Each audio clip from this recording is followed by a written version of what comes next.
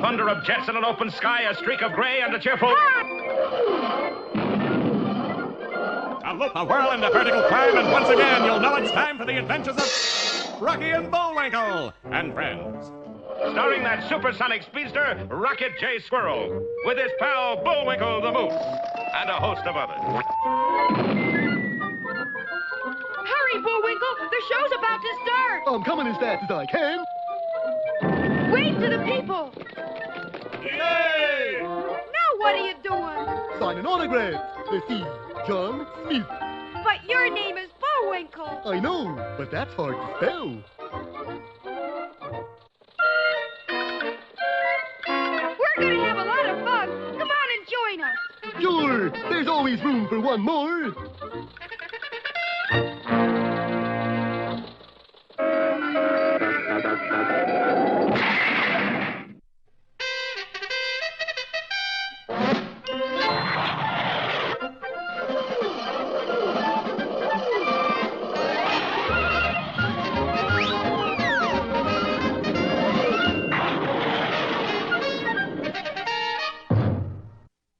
Well, the Frostbite Falls daily paper, the Picayune Intelligence, really started something when it buried a pot containing $1 million in Confederate money. As a sales booster, the idea was a smash. People stood in lines to get the latest edition with clues as to where the pot could be found. But it wasn't a very good idea for the town, for treasure hunters had soon dug Frostbite Falls full of deep holes and tunnels. Of course, nobody minded when the statue of General Bumble fell from sight, or when a string of light poles suddenly dropped 10 feet. Makes the light better for reading. But they began to change their minds when a whole housing tract called Mountain View Homes sank to roof level. But the citizens really got up in arms when the crumbling surface began to affect the baseball scores. Strike! But that pitch was on the ground, Dump. I don't care. It came across right at your belt buckle. Soon an angry crowd collected at the newspaper office demanding the pot be dug up and the contest called off. I'd be happy to oblige, good people, only... Only what, McCornpone? I can't remember where I buried it. And so the search went on. The only two people in town who weren't concerned were Rocky Squirrel and his pal Bullwinkle, where the moose had been ordered not to dig anymore. I just can't stand it, Rock. I know I could find that pot. Maybe you better go visit your relatives in Ponca City, Bullwinkle. That'll take your mind off the treasure. Yeah, guess maybe you're right. And the despondent moose packed his straw valise and started out of town on his bicycle. On the way, he passed what seemed to be a very earnest group of diggers. Find anything, fellas? Not yet, but it won't be long now. Well, good luck. And Bullwinkle pedaled away, little realizing that those diggers were in reality an evil gang called the Light-Fingered 5-2. Their leader was that all-round thief and safecracker Boris Vadanoff. Please, Babyface Braunschweiger, the Minnesota monster. Well, Babyface was really digging beneath the Farmers and Swineherds National Bank in order to rob it. How much farther we got to go, Babyface? Should be there now, Spike. Swing pickaxe one more time. Didn't I told you? Get the dynamite ready. Meanwhile, back in his little cottage, Rocky was already getting lonesome for Bullwinkle. Gee, I sent him off all by himself. Suppose he gets lost. I'd better follow him. And the soft-hearted squirrel started off to find his friend. Unfortunately, the first place he stopped was the hole being dug by Babyface's gang. Hey, any of you fellas see a moose go by here? Hey, Babyface, you know who that is? Do I know who that is? Oh, boy, do I know who it is. That's Rocky the Flying Squirrel. He's rough on rats. We better get out of here. Nonsense, Nick. Invite the little chappie into the hole, Three Finger. The boss wants you should come into the hole with us. I'm sorry, but I can't. Whoop! The boss wants you should come into the hole. Oh! And in a twinkling, our hero was bound and blindfolded. Now, Slog, if you will be so kindly to light the fuse, we will be on our way. Gee, you're going to use the same dynamite to break into the bank and blow up the squirrel? Well, you know, it's a low-budget show. That voice. Where have I heard that voice? Well, it looks as if Rocky has only a few seconds to remember, for the fuse leading to the dynamite is growing shorter and shorter. And so, unfortunately, is our time. Be sure to see our next episode, Sweet Violence, or The Yeg and I.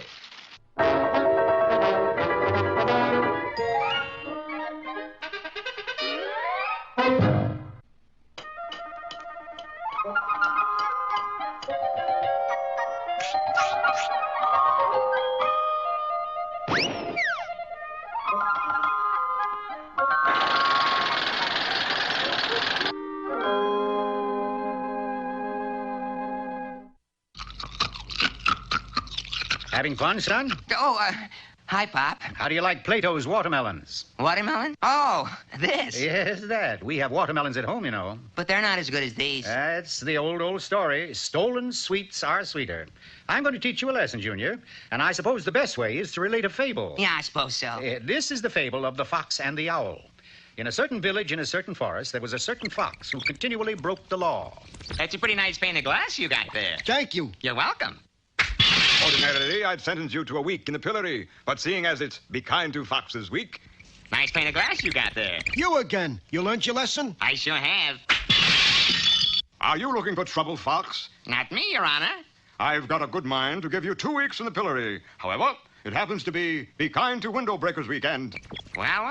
Fox, you get out of here. Oh, come now. Twice burned, once shy. You mean you cured? Hopelessly. This isn't Be Kind to Anything week. Therefore, I sentence you to 1 month in the pillory. Gee, thanks, Judge. No doubt by now you're wondering why the fox sought imprisonment in the pillory. The answer was simple. He liked the food. Here the citizens tossed all sorts of goodies, and the fox waited until they departed, and then he ate like a king. However, one day, something strange happened.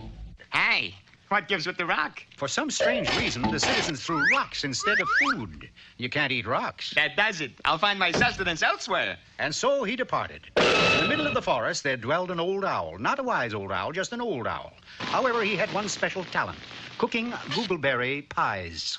Is my stomach deceiving me? Or is that a googleberry pie yon owl is fondling? Mercy me, someone's at the door. Well, I'm here. You can go to the movie now. Who are you? I'm your pie sitter, that's who. I'll sit and mind the pie while you take in a show. Fine. I'll try not to be too late. You just make yourself at home and... Wait just a cotton-picking minute. Didn't fool you, did I, Pop? You never heard of pie sitting, did you? Oh, I heard of pie sitting all right, but I went to the movie last night. Undaunted and dedicated to getting that googleberry pie, the fox tried another plan. Ho, ho, ho. It is I, Santa. Ho, ho, ho. That's funny. Here I'm getting ready to celebrate 4th of July, and Santa's coming down the chimney. Happy New Year. Merry Christmas. Well, bless my soul, it's Santa Claus. Deck the halls with hocks of holly. You got a present for me, Santa? This year we're going to do it different. You give me a present. Anything specific in mind? How about a googleberry pie? All righty, and I'll tell you what, we'll even put a candle in it. Here, you hold the candle, and I'll light it. I got a funny feeling I'll be home for Christmas. Oh, no, not the pie sitter again. Quick, let me in. There's thousands of Indians out there. We're hopelessly surrounded. Indians, where? Thousands of them, maybe hundreds. Whew. I've been fighting them off all day. Say, you don't ever buy the food for a hungry soldier, do you? Just that googleberry pie over there. Mind if I take a bite or two? Help yourself. I'll get my rifle and keep a lookout for redskins. You do that. What the devil's going on? Indians, they're attacking. Oh, come on, Big Pop. You know there ain't no Indians out there. Giving up the cause as hopeless, the fox returned to the village. But it was there in the square that he saw an organ grinder and his monkey. That's the boy. Go get at the loot. The fox watched in amazement as the little monkey obeyed and climbed all over the square, returning with the kind offerings. I'll give you $50 for King Kong there. It's a deal. With the little monkey under his arm, the fox returned to a spot just a stone's throw from the owl's thatched hut. Okay, boy. You run into that hut and bring back the googleberry pie. The monkey took off while the fox held onto his leash. Moments later, he felt the leash stiffen. He got it. He got it. He reeled in with all he had. Unfortunately, it wasn't the monkey with the pie at the other end. It was the owl with the gun. And that ended the fox. Some fable, Dad. And I hope it taught you a lesson, Junior. Just remember the moral. Stolen sweets are sweeter. I got a better moral, Pop. A fool and his monkey are soon parted.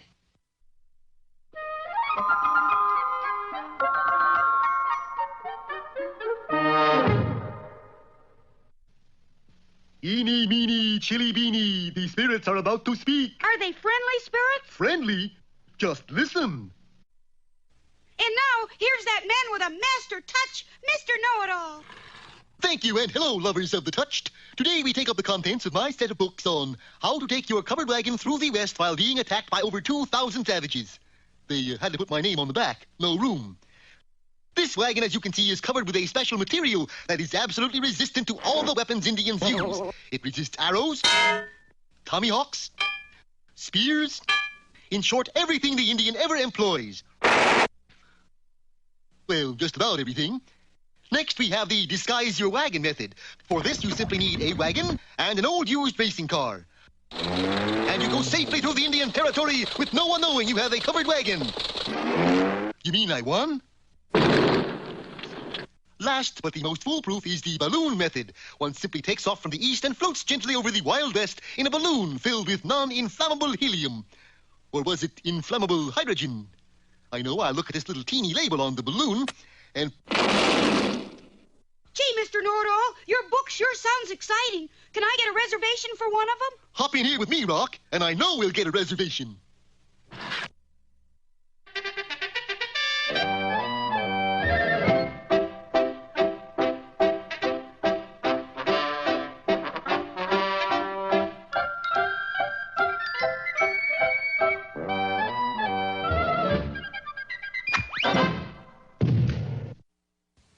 Hello out there, Peabody here.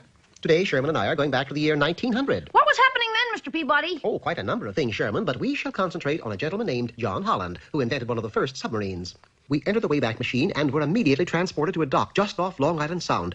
At the end of the pier floated an ungainly-looking object. As we neared it, a hatch suddenly popped open, and up came John Holland. If you're from the Navy Department, you may as well go home. My submarine is a failure. What do you mean, a failure? Won't it run? Oh, it runs all right, but not like a submarine. Watch. Reaching below, Holland started the engine, then pulled the lever which caused the submarine to dive underwater. However, this submarine did just the opposite. Golly, Mr. Peabody, he's got a helicopter. Turning off the power, Holland returned to the surface. That's my problem. I'm supposed to test this ship for the Navy, but they'll never buy it if it won't go underwater. What time is the Navy supposed to be here? 2. Then we haven't much time. Quickly, we'll search for rocks. Rocks? Ballast, Mr. Holland. If we can get enough weight into your helicopter... Submarine. Oh, sorry. Why, then it will descend. Thanks to the rock-bound Atlantic coast, we procured all the ballast we needed. The submarine went under. And so did the pier, and so did Sherman and I. Heavy rocks they have in these parts. Holland surfaced his craft, took us aboard, and drove into shore. And who should be standing there but 2 admirals from the Navy Department? Ahoy there, Holland. Get ready for a trial run. Keep underwater for exactly 1 hour and we'll buy your ship. John Holland insisted that Sherman and I go with him, and we agreed, knowing, of course, it would make a better story. I'm all set to pull the descent lever. Hope she goes down and not up. She will. And she did. We reached 30 fathoms in nothing flat. Oh, Mr. Holland, is your sub always as wet as this? Oh, gracious me, I must have left the tub running. What he really did was leave the hatch open. By the time I closed it, we were practically waterlogged. Never fear, I'll have this water out of here in a jiffy. With that, Holland rushed to the nearest porthole, opened it, and began bailing at a breakneck pace. Mr. Holland, sir, I think more water's coming in than out. Sherman was right. It was up to me to solve the problem. In the sub's galley, I came across 14 old tea kettles. I didn't bother to question their value, but instead set them to curting on the stove. Are we having tea, Mr. Peabody? No, we're having steam.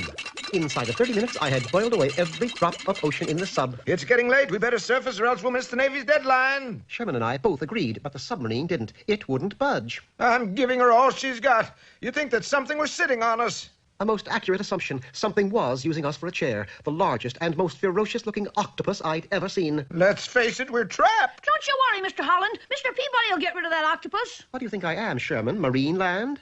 I puzzled over the problem for what must have been a good 3 seconds, and then acted without hesitation. I need a fishbowl and a fountain pen. Well, the fishbowl I can understand, but a fountain pen? You're gonna ride underwater? Something like that. I inverted the fishbowl, wore it over my head like a diver's helmet. Then, with the fountain pen in hand, I opened the hatch, climbed out, and marched forward to meet my adversary. Be careful, Mr. Peabody. Yes, that's the only pen I've got. The octopus glowered and came at me.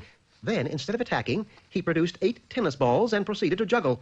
I knew that in order for us to get away, I must prove myself superior to him in every way. I borrowed the tennis balls, added 3 clams and a lobster, and juggled right back at him. Needless to say, he became quite infuriated. Now, an infuriated octopus invariably blinds his victims with an inky fluid. Then he attacks. Before he could do so, I aimed my fountain pen and let him have a 1-week supply of indelible ink right between the eyes. I had beaten him to the draw. Congratulations, Mr. Holland. You surfaced at exactly the prescribed time. The Navy will buy your submarine. And so, as Sherman and I watched from the shore, the admirals sailed the submarine away. As for John Holland, he wasted no time in moving to a beach in New Jersey, where he constructed a submarine 9,000 feet long. 9,000 feet long? He must have sunk. It did. And so he merely cut off both ends and made a tunnel out of it. Really, Mr. Peabody? Why, of course. You've heard of the Holland Tunnel, haven't you?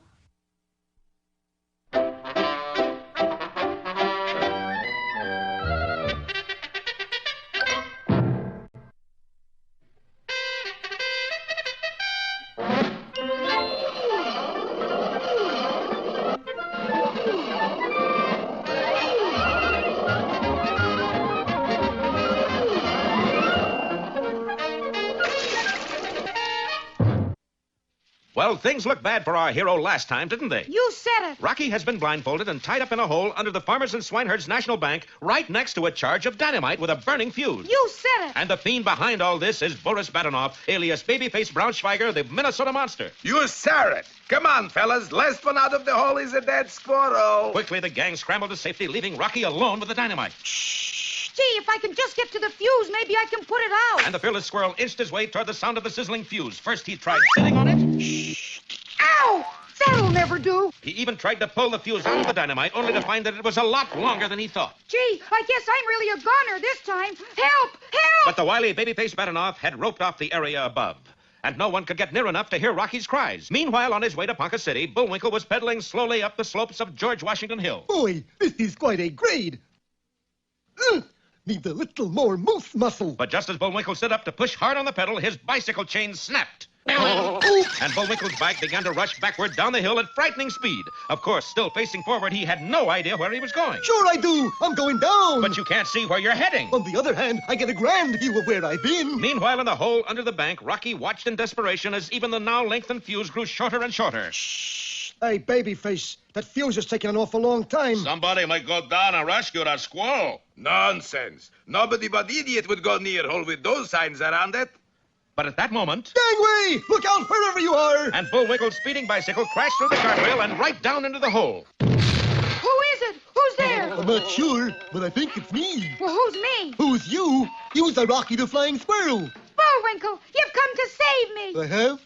I have. In a twinkling, Bullwinkle had freed Rocky, and our two friends scrambled wildly up the ladder as the fuse burned shorter and shorter. So nobody but an idiot would get down there, eh, Babyface? Well, look at him. Yeah, I guess you're right. They must have put out fuse. Come on. Remember, he who hesitates is lost. And the gang climbed into the hole again. You got any other bright sayings, Babyface? Of course. You can't keep a good crook down. Golly, Bullwinkle, those fellas are going to rob the bank. Oh, that's terrible. You know what we got to do, don't you? Sure. We got to withdraw our money, quick. No, we got to warn them. Why? They know they're going to rob the bank. No, we have to warn the people in the bank. Come on. Oh, that's very astute of you, Rocky. You mean astute, Bullwinkle. You may be astute. I'm astute. Well, that was certainly true enough, for Bullwinkle's way of warning the bank was to rush in and shout, "Hey, everybody! It's a stick-up!" Instantly, the bank guards began firing at our friends. That was the wrong thing to say, Bullwinkle. Boy, some people shoot touchy. And as our heroes crouched under a hail of lead, in the basement below, the light-fingered 5-2 was once again hard at work carrying off bag after bag of greenbacks. Correction, that's green box. Be sure to be with us next time for Many a Thousand Gone, or the Hall of Fame. Well,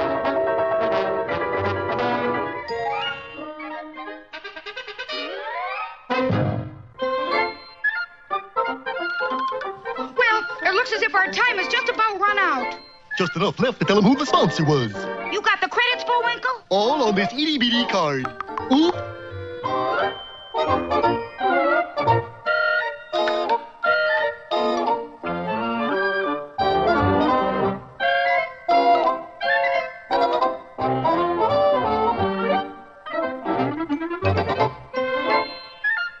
We're late again, Bullwinkle. Right. Bye now. See you next time.